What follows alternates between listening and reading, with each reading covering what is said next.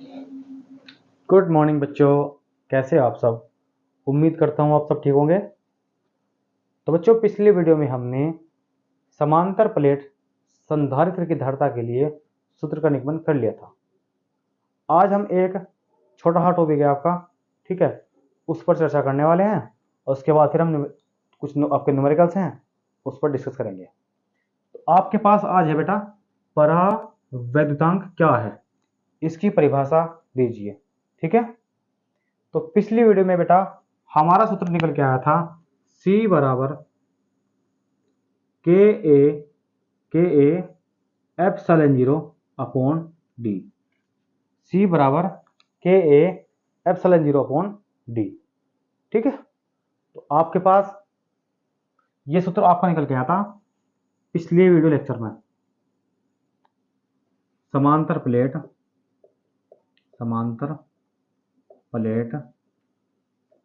संधारित्र की धारिता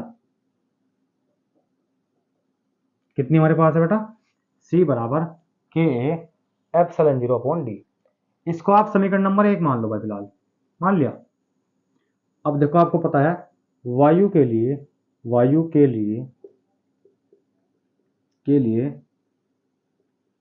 के बराबर कितना आपका 1 है। तो आपके पास हो जाएगा बेटा वायु के लिए यानी हवा के लिए C वायु is equal to 1 into A epsilon 0 upon D. ये आपके पास आ गया समीकरण नंबर 2, ठीक है। यहाँ तक कोई दिक्कत नहीं बेटा।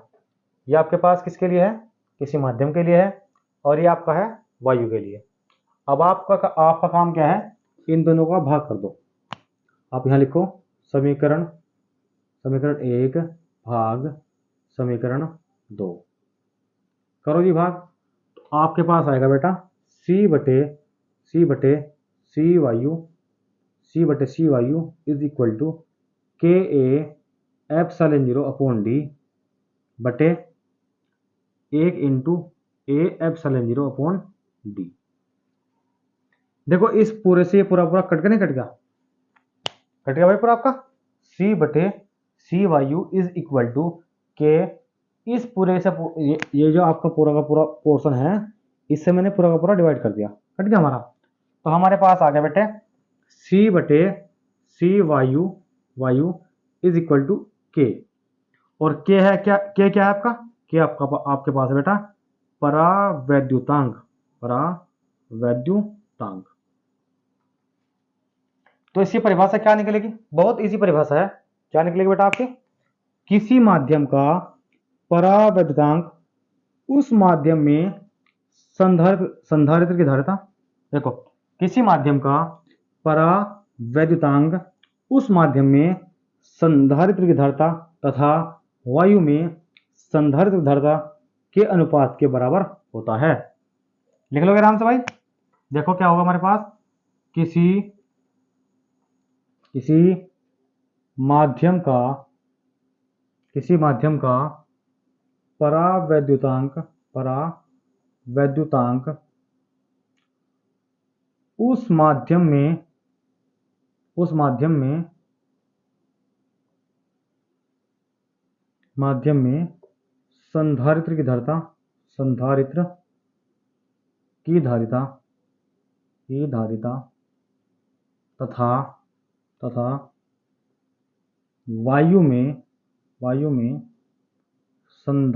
की धारिता तथा वायु में संधारित्र की धारिता के अनुपात के बराबर होता है। बहुत इजी परिभाषा है भाई इसकी। किसी माध्यम का परावैद्युतांक उस माध्यम में संधारित्र की धारिता तथा वायु में संधारित्र की धारिता के अनुपात के बराबर होता है। कर लोगे आराम से याद, बहुत इजी था, आराम से इसका याद आराम से कर लोगे, कोई दिक्कत वाली बात नहीं। यह आपका आ सकता है भाई 1 नंबर का question, very short type question आ सकता है आपका, और ये इंपॉर्टेंट है बहुत, इसलिए मैंने आपको करा दिया भाई, ठीक है बेटा। चलो जी, अब हम बढ़ते हैं आगे से। अब इस आगे करते हैं हम, देखते हैं भाई आगे क्या है, आपके पास एक न्यूमेरिकल है जो कई बार आपके एग्जाम में आ चुका इस चैप्टर से, उसको देखते हैं भाई, बहुत इंपॉर्टेंट है और ये कई बार आपके एग्जाम में आ चुका। देखो आपको एक फॉर्मूला याद करना पड़ेगा बेटा इसके लिए। सूत्र आपका है डेल्टा यू बराबर C/2 डेल्टा वी स्क्वायर। आपके पास फॉर्मूला बेटा है डेल्टा यू बराबर C/2 डेल्टा वी स्क्वायर। अब इनका मतलब क्या है ये सुन लो भाई। तो डेल्टा यू का मतलब आपका है ऊर्जा में परिवर्तन, ऊर्जा में परिवर्तन। डेल्टा यू का मतलब बेटा है ऊर्जा में परिवर्तन।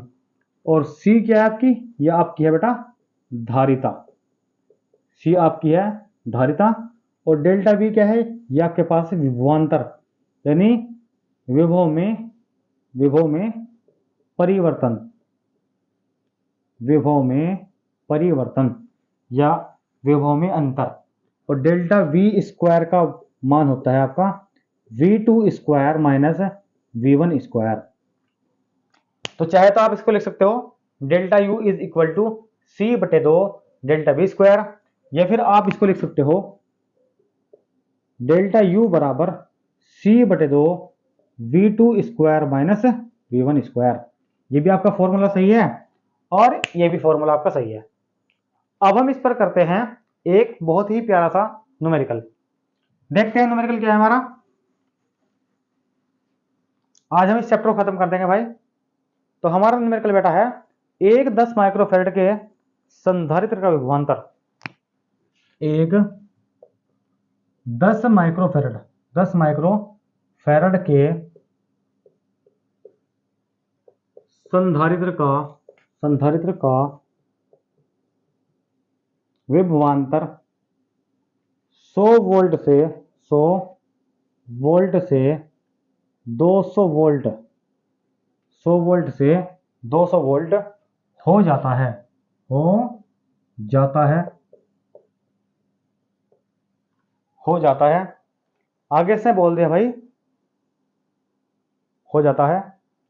इसकी ऊर्जा में परिवर्तन, इसकी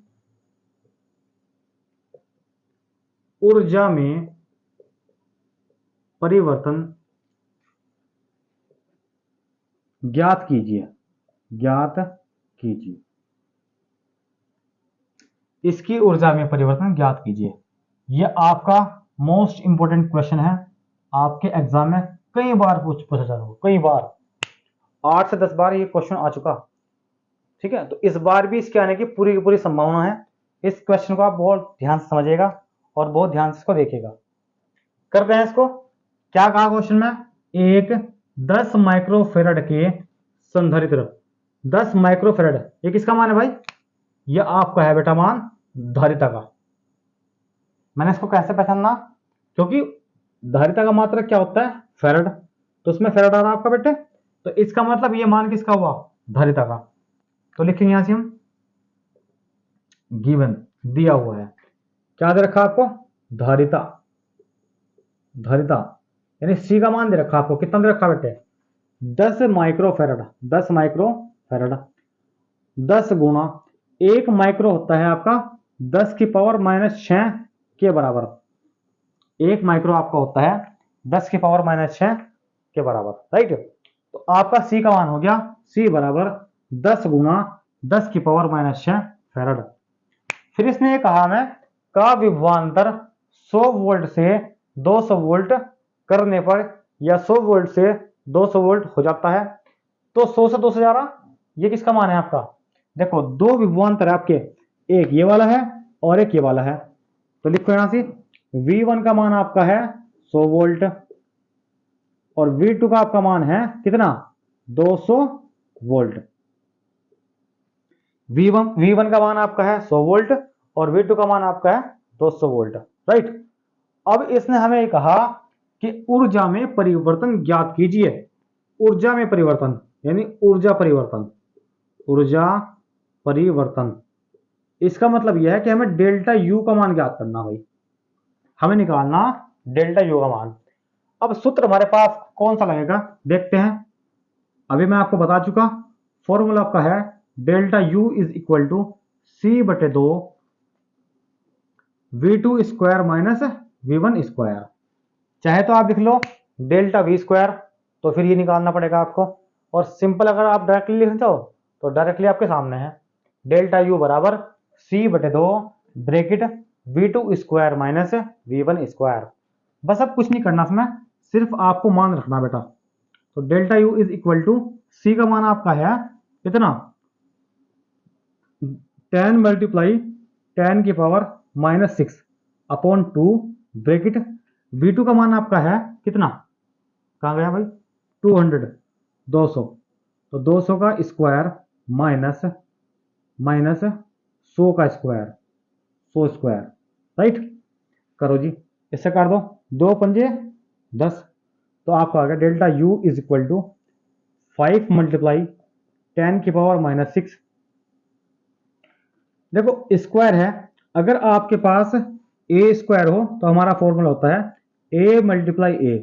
इसी तरीके से आपका है 200 का स्क्वायर, तो 200 मल्टीप्लाई 200 माइनस ये सेम 100 मल्टीप्लाई 100, 100 मल्टीप्लाई 100, ठीक है, 100 मल्टीप्लाई 100, तो आपके पास आ गया बेटा delta U is equal to 5 multiply 10 की पावर -6।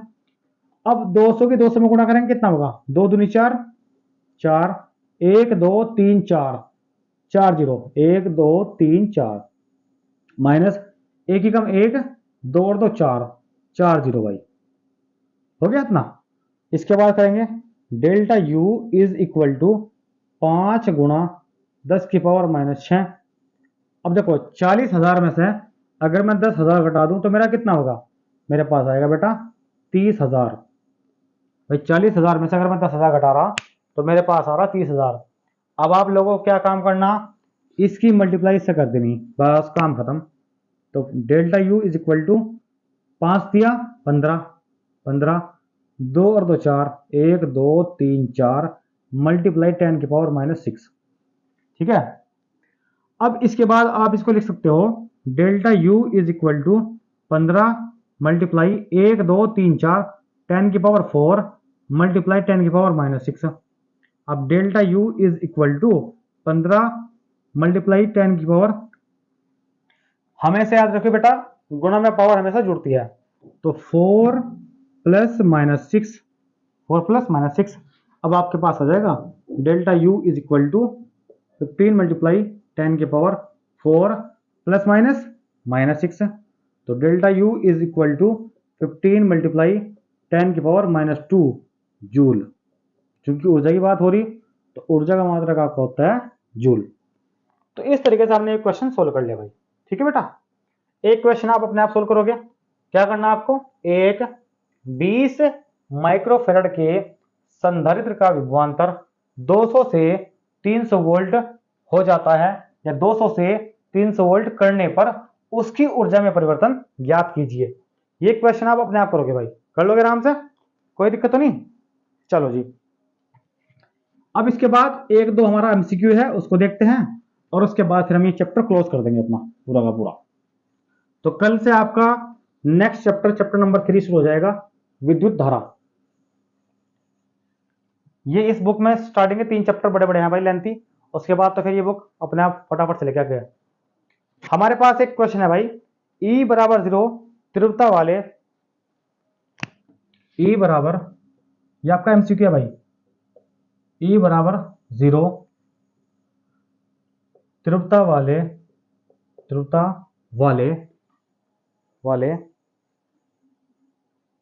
वैद्युत अक्षेत्र में विभव V का, वैद्युत अक्षेत्र में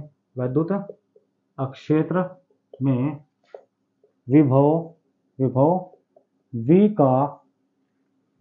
का R के साथ परिवर्तन होगा, विभव V का R के साथ परिवर्तन होगा, R के साथ परिवर्तन होगा। इसके ऑप्शन रखे भाई इसने, ऑप्शन नंबर ए है इसका बेटा वी वी समानुपाती व्युत्क्रमानुपाती upon R. Option number B V समानुपाती R. Option number C V व्युत्क्रमानुपाती 1/r²। Option number D V R पर निर्भर नहीं करेगा। यह आपका मोस्ट इंपोर्टेंट क्वेश्चन है भाई, और ये कई बार आपके एग्जाम में आ चुका। ठीक है बेटा, तो ये मोस्ट इंपोर्टेंट क्वेश्चन है आपका। देखते हैं भाई, हमारे पास क्वेश्चन है बेटे E बराबर 0 तीव्रता वाले वैद्युत अक्षेत्र में विभव V का R के साथ परिवर्तन होगा। देखो इसने क्या बोल दिया भाई, E बराबर 0, इसने हमें बोल दिया बेटे E बराबर 0। E आपका होता है विद्युत अक्षेत्र। इसका मतलब ये हो गया कि विद्युत अक्षेत्र ही 0 है।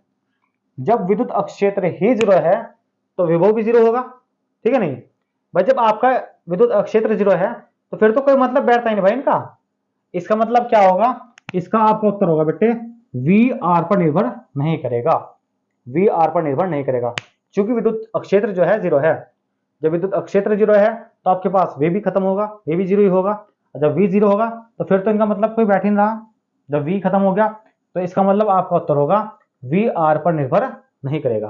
कर लोगे आराम से क्वेश्चन, बहुत इंपॉर्टेंट क्वेश्चन था भाई। एक क्वेश्चन आपका और है, बस वो करते हैं, उसके बाद फिर इस चैप्टर को क्लोज कर देंगे भाई। दूसरा क्वेश्चन हमारे पास है, वायु में रखे दो धनावेशों के मध्य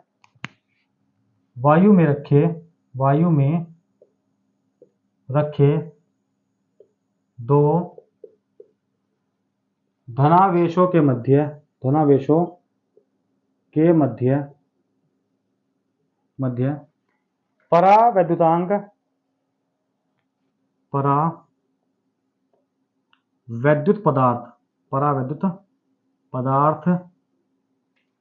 पदार्थ रख देने पर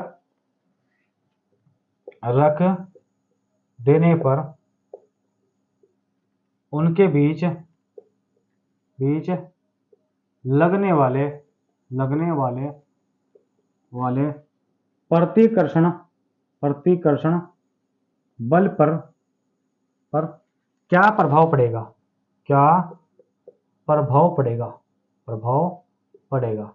एक हमारा क्वेश्चन बहुत अच्छा क्वेश्चन है। क्या कहा इसने, वायु में रखे दो धनावेशों के मध्य, दो धन आवेश है आपके पास, मान लो प्लस चार्ज रखा आपके पास और प्लस चार्ज रखा आपके पास, राइट। तो इनके बीच में एक फोर्स कार्य करेगा, ये भी आपका प्लस है, ये भी आप प्लस है आपका, तो इनके बीच में फोर्स कार्य करेगा, वो आपके पास होगा बेटा प्रतिकर्षण बल।